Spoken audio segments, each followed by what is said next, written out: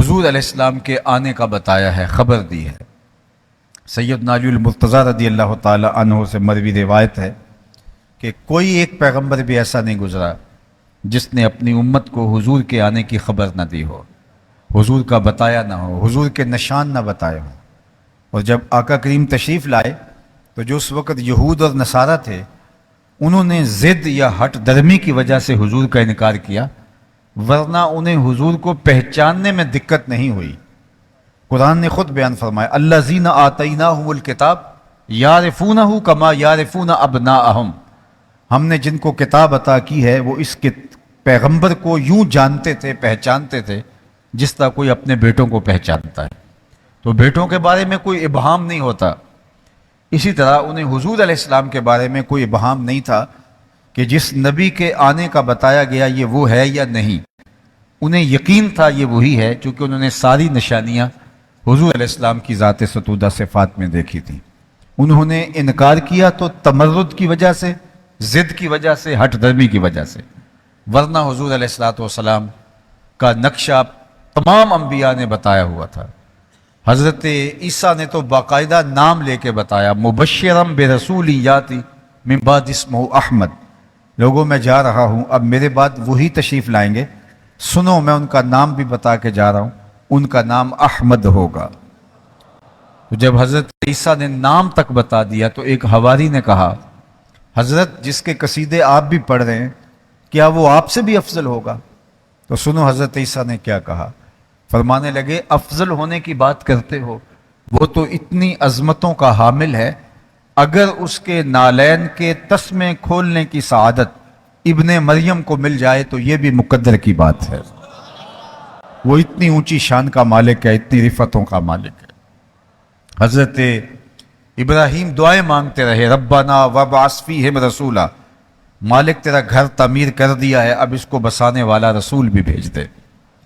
تو پیغمبروں نے آرزویں کی، تمنائیں کی، ہم نے کوئی تمنا نہیں کی۔ آنکھ کھولی تو ہمیں یہ خوشخبری ملی کہ ہم حضور کے غلام ہیں اور ہمیں امت محمدیہ علی صاحب الصلوات کے اندر پیدا کیا گیا ہے۔ تو اس نعمت عظمیٰ کا اگر ہم ساری زندگی بھی شکرانہ ادا کرتے رہیں، سچی بات یہ ہے کہ اس نعمت کا شکر بھی ادا نہیں ہو سکتا۔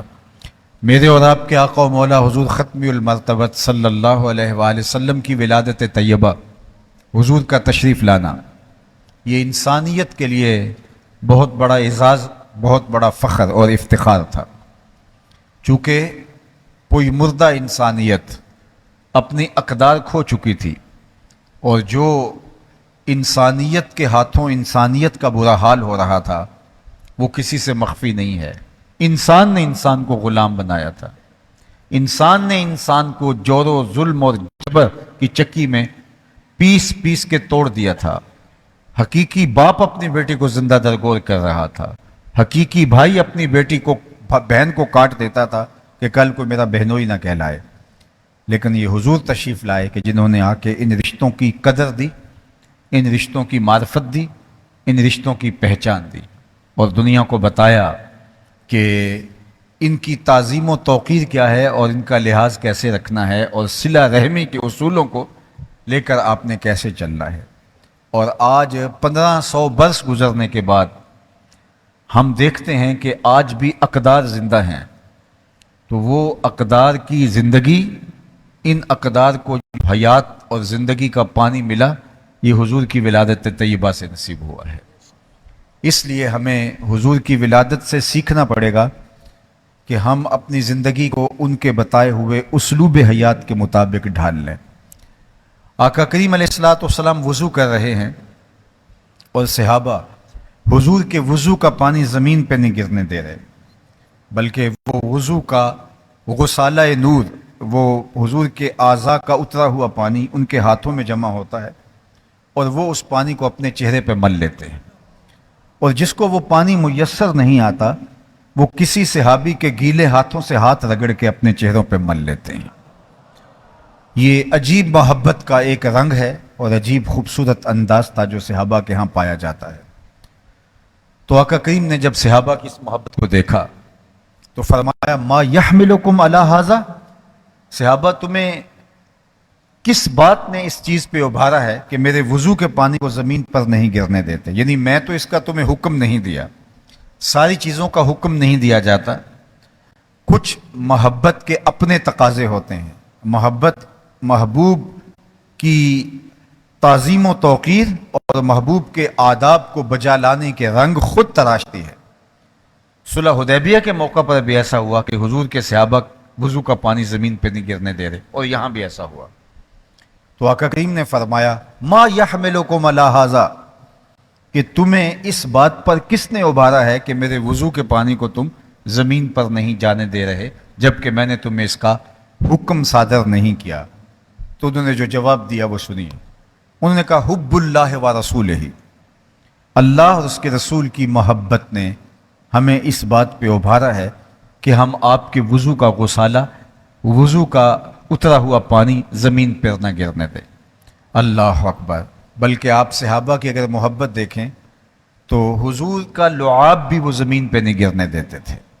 آپ نے محبت کی لوک داستانیں سنی ہوں گی، لیکن آج تک آپ نے نہیں سنا ہوگا کسی محب نے اپنے محبوب کا لعاب اپنے ہاتھوں پہ لیا ہو، لیکن اللہ کے محبوب صلی اللہ علیہ وسلم کا لعاب بھی صحابہ نے اپنے ہاتھوں پہ لیا۔ میں ایک دفعہ یہ روایت بیان کہیں کی تو بعد میں مجھے کسی صاحب نے کہا کہ آپ یہ کیا بیان کر رہے ہیں، حضور کا لعاب جو ہے تو صحابہ وہ ہاتھوں پہ لے لیتے تھے، جبکہ ہم تو اس بات میں کسی کا لعاب اپنے ہاتھوں پہ لینا اس میں کراہت محسوس کرتے ہیں۔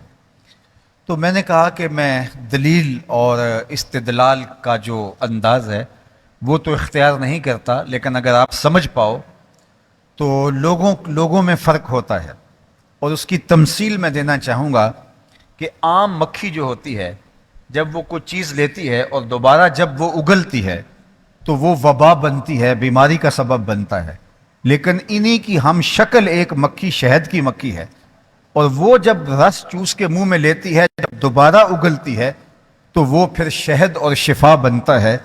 تو میں نے کہا اللہ نے مکھیوں کو ایک دوسرے سے مختلف بنایا ہے، ایک مکھی کا اگال جو ہے وہ وبا ہے، اور دوسری مکھی کا پھینکا ہوا لعاب جو ہے وہ شفا بنتا ہے۔ تو میں نے کہا میرا اور آپ کا لعاب جو ہے یہ قابل کراہت ہے، لیکن جو سراپا نور ہیں، جب حضور کا لعاب گرتا ہے حضرت جابر کی ہنڈیا میں تو اس میں برکت آ جاتی ہے، اور کھارے کنویں میں گرتا ہے تو اس میں پانی اوپر اٹھاتا ہے، اور حضرت قتادہ کی آنکھ میں لگتا ہے تو حضرت قتادہ کی آنکھوں میں نور اتر آتا ہے، اور کسی صحابی کی پنڈلی پہ لگتا ہے تو اس کی پنڈلی جڑ جاتی ہے۔ اور یہ لعاب نور جب صحابہ اپنے ہاتھوں پہ لیتے ہیں تو یہ شہد سے میٹھا اور کستوری سے زیادہ خوشبودار ہے۔ بلکہ ایک دن حضور نے پچنے لگوائے تو لگن میں خون جمع ہوا، تو ایک صحابی سے کہا جاؤ اس کو ایسی جگہ ٹھکانے لگاؤ جہاں کسی کے قدم نہ پڑیں۔ تو وہ گئے اور ایک پتھر کی اوٹ میں بیٹھ کے حضور کا وہ پچنوں کا خون جو تھا نوش جاں کر دیا۔ تو جب واپس پلٹے تو حضور نے فرمایا کہ ٹھکانے لگائے؟ جی حضور ایسی جگہ جہاں کسی کے قدم نہیں پہنچ پائیں گے۔ تو آقا کریم مسکرا کے بولے لا اللہ کا شربتا، شاید تم نے پی لیا ہے۔ کالا نام، جی حضور میں نے کہا میرے خون میں حضور کا خون شامل ہو جائے تو اس سے بڑھ کے کیا اعزاز ہوگا۔ تو آقا کریم نے فرمایا یا غلام قد حررتا نفسک من النار، اے بیٹے تم نے اپنے آپ کو آتش دوزخ سے بچا لیا ہے۔ اب حضور علیہ السلام کا لعاب، حضور علیہ السلام کا یہ میری بات سنیں تھوڑا سا صبر کریں، یہ جلسے کا اور تقریب کا فرق ہوتا ہے۔ کوئی جلوس ہو تو اس میں نعروں کا ذوق اپنا ہوتا ہے، لیکن یہ سنجیدگی سے سننے والی باتیں، اس کو سنجیدگی کے ساتھ ہی سنیں گے تو بہتر ہوگا۔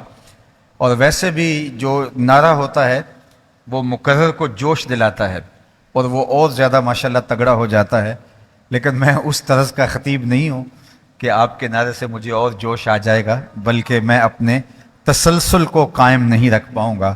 اقبال نے کہا تھا نظارے کے لیے جنبش مژگاں بھی بار ہے، نرگس کی آنکھ سے تجھے دیکھا کرے کوئی۔ تو کبھی کبھی آنکھ کا جھپکنا بھی طبیعت کے اوپر بوجھ ہوتا ہے، اس لیے میں آپ کی توجہ کا طالب رہوں گا، اور یہ جو نعروں کا وقت ہے یہ بھی آپ میرے کھاتے میں ڈال دیں گے تو دو چیزیں زیادہ آپ تک پہنچنے کا امکان ہے۔ تو عرض کر رہا تھا کہ اللہ کے محبوب علیہ السلام کہ وضو کا پانی صحابہ زمین پہ گرنے نہیں دے رہے، تو اللہ کے محبوب علیہ السلام نے کہا ما یحملکم علی ھذا، تمہیں اس بات پر کس نے ابھارا ہے کہ میرے وضو کے پانی کو زمین پر نہیں گرنے دے رہے جبکہ میں نے تمہیں اس کا حکم نہیں دیا؟ تو انہوں نے جواب دیا حب اللہ و رسولہ، اللہ اور اس کے رسول کی محبت نے ہمیں اس بات پہ ابھارا ہے۔ حضور نے ان کی اس محبت کی نفی نہیں کی، جو ان کا انداز الفت تھا حضور نے اس کی تردید نہیں کی، لیکن حضور کی نگاہیں دور بین بھی ہیں اور دور اندیش بھی ہیں۔ آنے والے دور کو حضور علیہ السلام کی نگاہیں دیکھ رہی تھی، اس لیے ان صحابہ سے حضور نے ارشاد فرمایا کہ جو یہ چاہے کہ اللہ اور اس کے رسول سے محبت کرے اور اللہ اور اس کا رسول اس سے محبت فرمائے تو اس کو تین کام کرنے چاہیے۔ یعنی تمہارا یہ عمل کہ تم میرے وضو کے پانی کو زمین پر نہیں گرنے دے رہے محمود ہے۔ صلح حدیبیہ میں بھی ایسا ہوا، عروہ بن مسعود نے اس پہ اعتراض کیا، حضرت صدیق اکبر نے باقاعدہ وہاں جواب بھی دیا۔ تو یہ ہوتا آیا تھا، بعد میں بھی ہوا، اور اس موقع پہ بھی حضور نے اس کی نفی نہیں کی، نہ ماضی میں نہ بعد میں نہ اس وقت، لیکن حضور نے تین الگ چیزیں بیان فرمائیں تاکہ کہیں جو ہے وہ عقیدت اور محبت یہی نہ رک جائے اور باقی دین کہیں نظروں سے اوجھل نہ ہو جائے، ترک نہ ہو جائے۔ تو آقا کریم نے فرمایا جو یہ چاہے اللہ اس کے رسول سے محبت کرے اور اللہ اور اس کا رسول اس سے محبت کرے تو اس کو تین کام کرنے چاہیے۔ سب سے پہلے وہ جب بھی بولے سچ بولے، اسے جھوٹ نہیں بولنا چاہیے۔ اگر تم میرے سے محبت کرتے ہو اور یہ چاہتے ہو کہ میں بھی تم سے محبت کروں تو تمہارا یہ عمل بھی تمہیں محبت کی فراہمی کا سبب بنے گا، لیکن تم نے مجھے راضی کرنا ہے تو فرمایا تمہیں ہمیشہ سچ بولنا پڑے گا۔ اور میں کہتا ہوں کہ آج یہ امت کس طرح جھوٹ بول سکتی ہے جن کے نبی کو کافر بھی صادق اور امین کہتے تھے؟ ہم کس طرح جھوٹ بول سکتے ہیں؟ ہمارا تاجر کہتا ہے کہ جناب جھوٹ نہ بولیں تو سودا نہیں بکتا، تو میں کہتا ہوں کہ یہاں جاپان کے لوگ بغیر جھوٹ کے پوری دنیا کے اوپر اپنا سودا بیچ رہے ہیں، اور وہ جھوٹ سے آشنا ہی نہیں ہے۔ ان کو ان کے مذہب نے نہیں بتایا، ان کو ان کی ماں نے بتایا ہے، ان کو ان کے باپ نے بتایا ہے، ان کو ان کے معاشرے نے بتایا ہے، اور ہم کیسے جھوٹ بولتے ہیں جبکہ ہمارے آقا نے ہمیں بتایا ہے۔ حضور سے جب پوچھا گیا کہ حضور مومن بزدل ہو سکتا ہے؟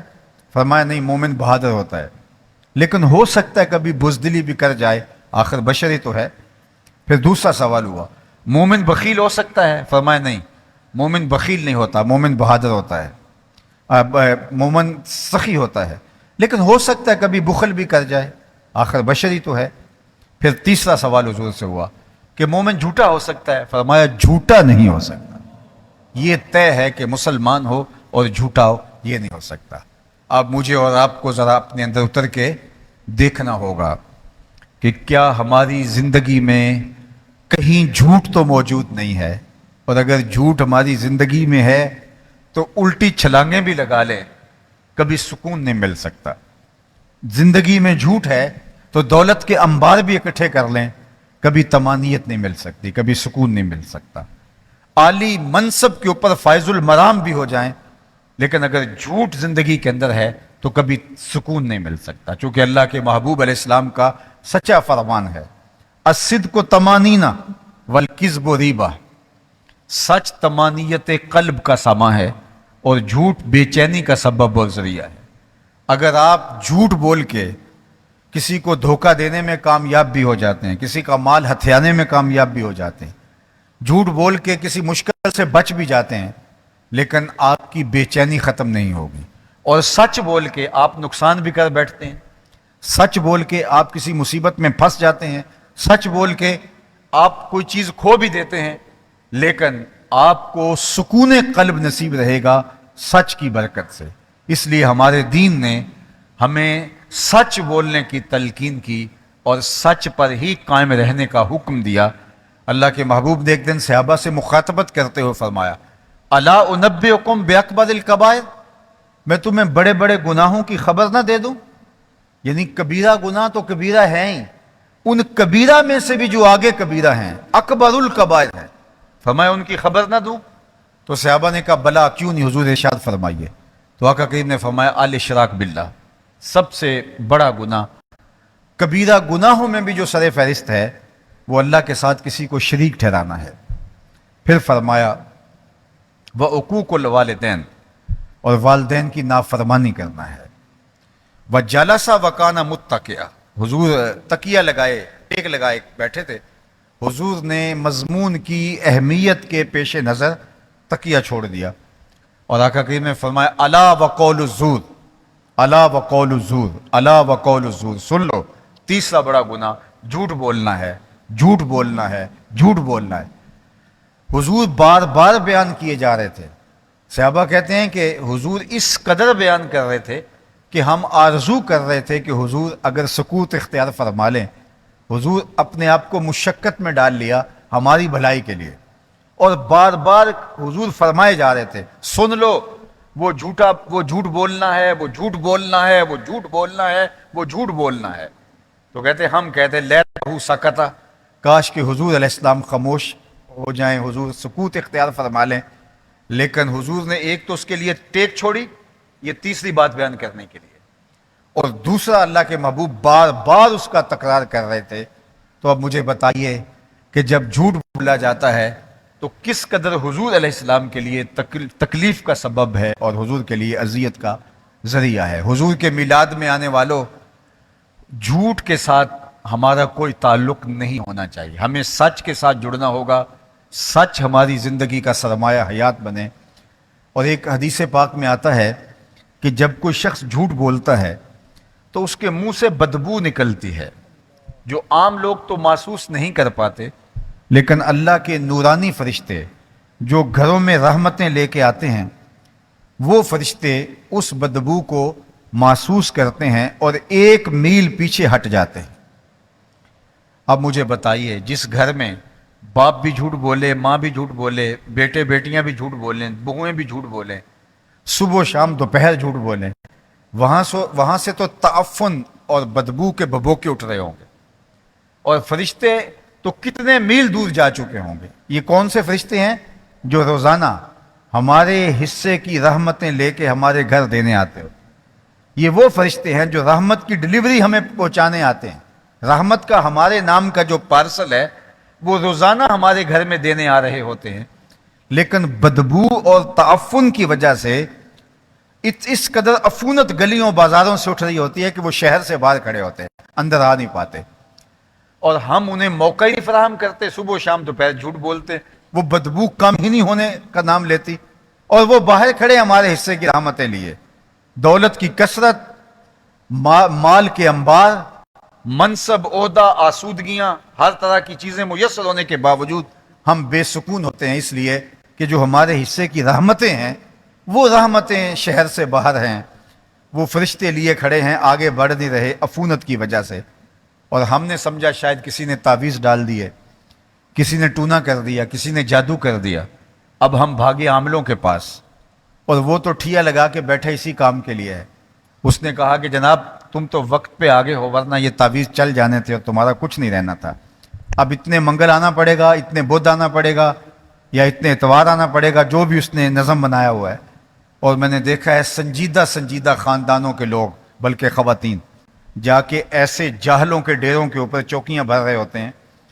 وہ ایسا شخص ہوتا ہے کہ جس کو وضو بھی نہیں آتا، اور وہ جو ہے وہ اخلاقیات کے اعتبار سے گرا ترین شخص ہوتا ہے، اور وہاں جا کے لوگ اپنے دردوں کا اور دکھوں کا مداوع کروانے گئے ہوتے ہیں، اور جھوٹ بولنے کی وجہ سے رحمتیں روٹھ گئیں، پھر مزید نحوست کے ایسے ناپاک لوگوں کے پاس جا کے بیٹھنا پڑا، اور وہ الٹا ان کا مال بھی لوٹ رہے ہیں اور ان کو ذوف الاعتقادی کے مرض میں مبتلا بھی کر رہے ہیں۔ اگر ہماری زندگیوں میں سچ اتر آتا ہے، سچائی آ جاتی ہے، تو ہمیں اللہ کی رحمتوں کے وہ انبار نصیب ہوتے ہیں کہ ہمارے گھر میں بھی اجالے ہوں گے، ہماری زندگی میں بھی اجالے ہوں گے، ہماری روحوں میں بھی اجالے ہوں گے، اور ہماری آخرت بھی اجلی اور نور و نلا نور ہوگی۔ تو اللہ کے محبوب نے فرمایا جو یہ چاہے کہ اللہ اس کا رسول اس سے راضی ہو، اور اللہ اس کے رسول کی رضا اور محبت پالے، تو فرمایا اس کو سب سے پہلے یہ کام کرنا ہوگا کہ اس نے یہ عہد کرنا ہوگا کہ زندگی میں اس نے کبھی جھوٹ نہیں بولنا۔ اللہ اکبر۔ دوسری بات جو حضور نے ارشاد فرمائی کہ اگر تم چاہو اللہ اس کے رسول سے محبت کرنا اور اللہ اس کا رسول تم سے محبت کرے، یہ تم چاہو، تو تمہیں دوسرا کام یہ کرنا ہوگا کہ امانت میں خیانت نہیں کرنی ہوگی۔ اللہ اکبر۔ وہ چاہے قرض کی صورت میں کسی نے آپ کے پاس کچھ مال رکھا ہے تو اس کو لٹانا ہوگا۔ یہ نہیں ہے کہ جس نے قرض دیا پھر اس کے لیے دعائیں مانگنے لگ جائیں کہ یہ فوت ہی ہو جائے، اور جو ہے وہ قرض خواہ کو دلیلیں دینی پڑتی ہے کہ مجھے ضرورت ہے اس لیے تم سے مانگ رہا ہوں، اور یہ اس کا فون نہیں اٹھا رہا ہوتا۔ لوگوں کی زمینیں ہڑپ کر جانا، لوگوں کی جائیدادیں ہڑپ کر جانا، دیوار رکھتے ہوئے ہمسائے کے 2 انچ دبا لینا، یہ فن نہیں ہے، یہ اپنی آخرت کو برباد کرنے کے مترادف ہے۔ یہ بات ذہن میں رکھیے، جس نے ایک بالشت زمین کسی کی قبضے میں کر لی، یعنی صرف ایک بالشت، قیامت کے دن 7 زمینوں کا توق بنا کے اس کے گلے میں ڈال دیا جائے گا۔ کون ہے اس کا بوجھ اٹھانے والا؟ اور آج تو اگر ہم پھنس گئے تو آج تو کوئی کسی کو راضی کر لیں گے، کسی کو واپسی بھی کر دیں گے، اس دن تو کوئی ہمارے ساتھ نہ زمینیں ہوں گی نہ جائیدادیں ہوں گی، کچھ بھی نہیں ہوگا۔ اس وقت کا سکہ رائج الوقت ہوگا عمل دے کے جو ہے وہ یہ سکہ چل رہا ہوگا، عمل دے کے جان چھڑانی ہوگی، اور اگر عمل دے کے بھی جان نہ چھوٹ رہی ہوگی تو اس کے برے اعمال اپنے ذمہ لینے پڑیں گے۔ اور مجھے بتائیے کہ کیا کوئی ہمارے اتنے عمل ہیں کہ ہم جو کر چکے ہیں عمل دے کے ہم چھوٹ کے پھر بھی جنت میں چلے جائیں گے؟ جس نے کسی کے 3 پیسے دینے ہوئے، 3 پیسے، سنیے غور سے، شاید یہ کوئی اتنی پاپولر تقریر نہیں ہے لیکن پھر بھی اس کو سنیے، بھلے کی بات ہے، شاید کسی ایک کے دل میں میری بات اتر جائے۔ جس نے کسی کے 3 پیسے دینے ہوئے، کل قیامت کے دن اس کے بدلے میں 700 نمازیں جو جماعت کے ساتھ پڑھی ہوں گی وہ دے کر جان چھوٹے گی، صرف 3 پیسوں کے عوض میں۔ اور میں ایک دن حساب کر رہا تھا کہ اگر کسی نے کسی کے 2 سے 3 ہزار روپے دینے ہوئے تو ساری زندگی کی نمازیں، حج، عمرے سب چلے جائیں گے، پھر بھی جان نہیں چھوٹے گی۔ اور ہم تو اتنے ڈھیر گناہوں کے اور حقوق العباد کے غصب کے اکٹھے کر چکے ہیں، تو کس طرح جان چھوٹے گی؟ اس لیے فرمایا کہ امانت میں خیانت نہ کرے جو یہ چاہتا ہے اللہ اور اس کے رسول کی محبت پائے۔ میں آپ سے کہتا ہوں کہ ہمارا دین تو اتنا حساس ہے کہ جب کوئی شخص آپ سے بات کرے اور بات کرتے ہوئے وہ دائیں بائیں دیکھے، یعنی آپ سے کوئی بات کر رہا ہے اور بات کرتے کرتے وہ دائیں بائیں دیکھتا ہے، تو اس کا مطلب ہے کہ وہ یہ چاہتا ہے کہ یہ بات کوئی اور نہ سنے۔ تو ہمارا دین ہمیں تعلیم دیتا ہے کہ اس بات کو ساری زندگی آپ راز رکھیں گے، اس لیے کہ اس نے بطور امانت وہ بات آپ کو دی، چاہے جائے کہ کسی کی امانت کو غصب کر جانا۔ اور میرے اور آپ کے آقا و مولا جن پہ ہم درود پڑھتے ہیں اور جن کے میلاد میں ہم بیٹھے ہیں، ان کی شان کا عالم یہ ہے کہ کافروں نے حضور کے گھر کا گھیرا کیا ہوا ہے اور حضور کو شہید کرنے کے درپے ہیں اور پورا منصوبہ بنایا ہے ہجرت کی رات، لیکن اللہ کے محبوب علیہ السلام حضرت علی المرتضیٰ رضی اللہ تعالیٰ عنہ کو اپنے بستر پہ لٹاتے ہیں اور فرماتے ہیں صبح ان کی امانتیں دے کے تم بھی مدینے چلے آنا۔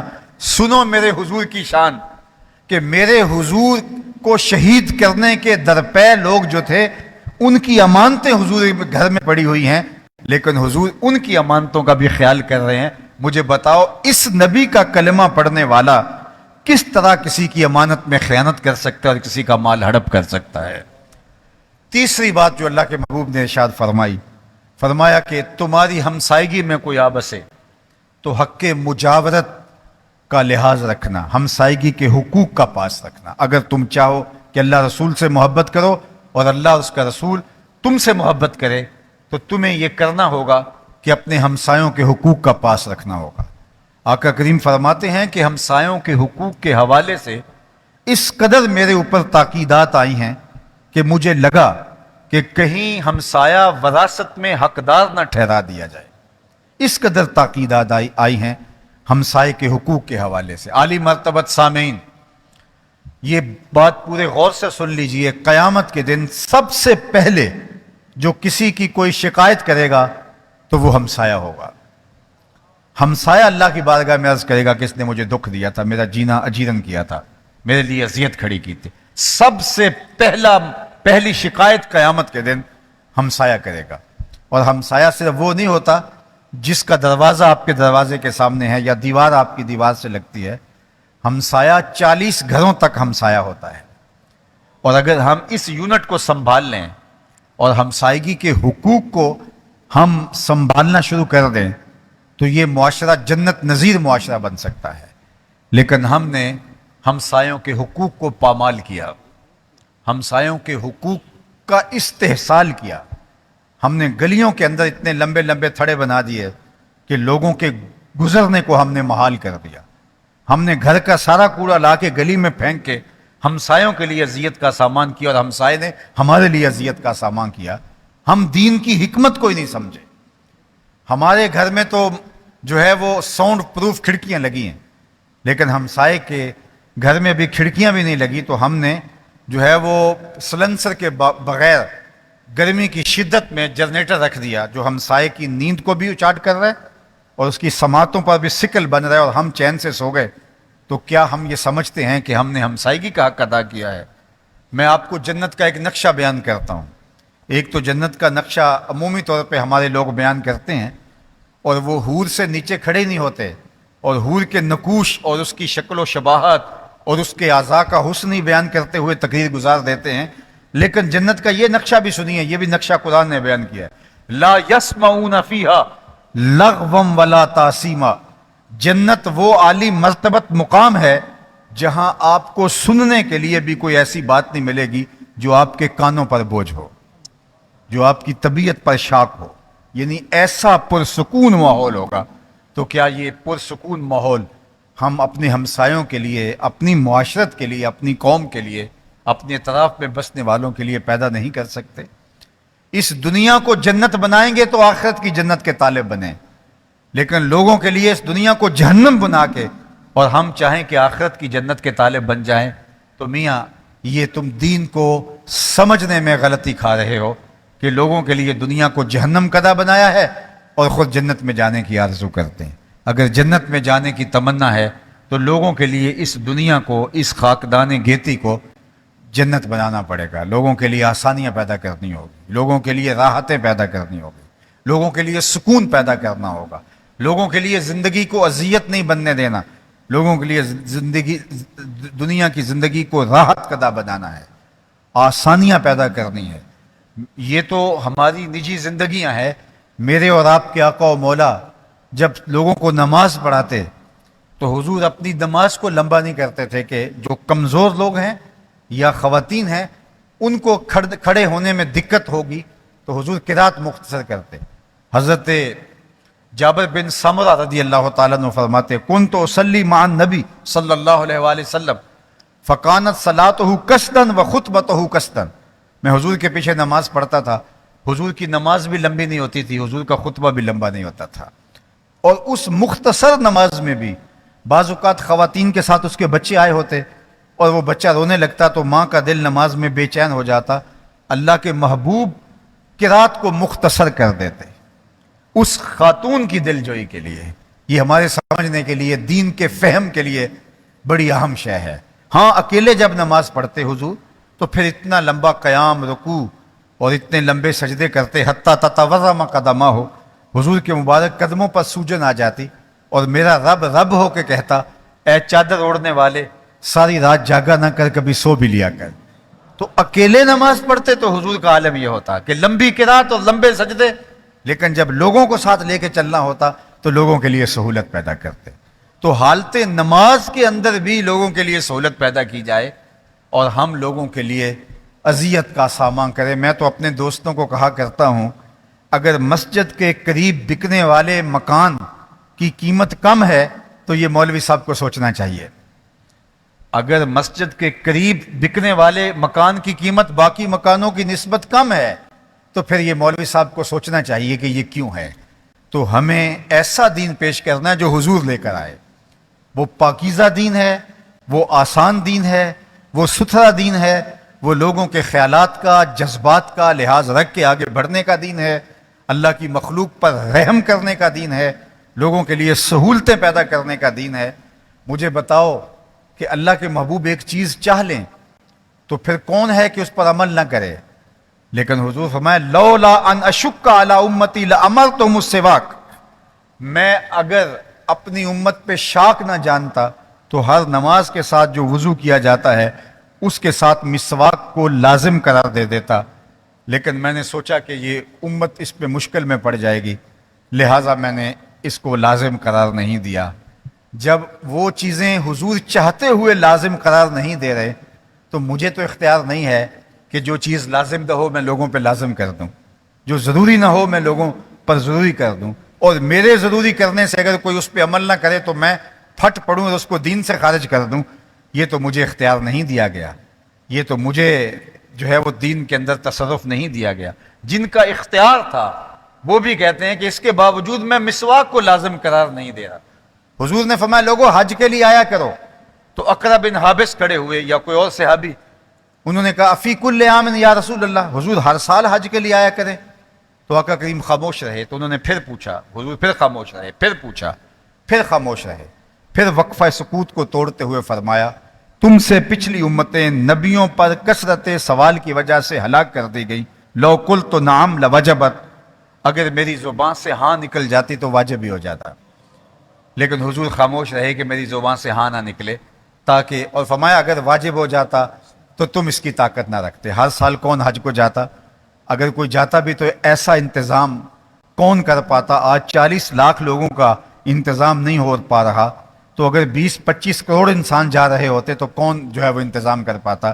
تو حضور نے امت کی سہولت کا سوچا اور فرمایا کہ میں اگر ہاں کہہ دیتا تو واجب ہو جاتا.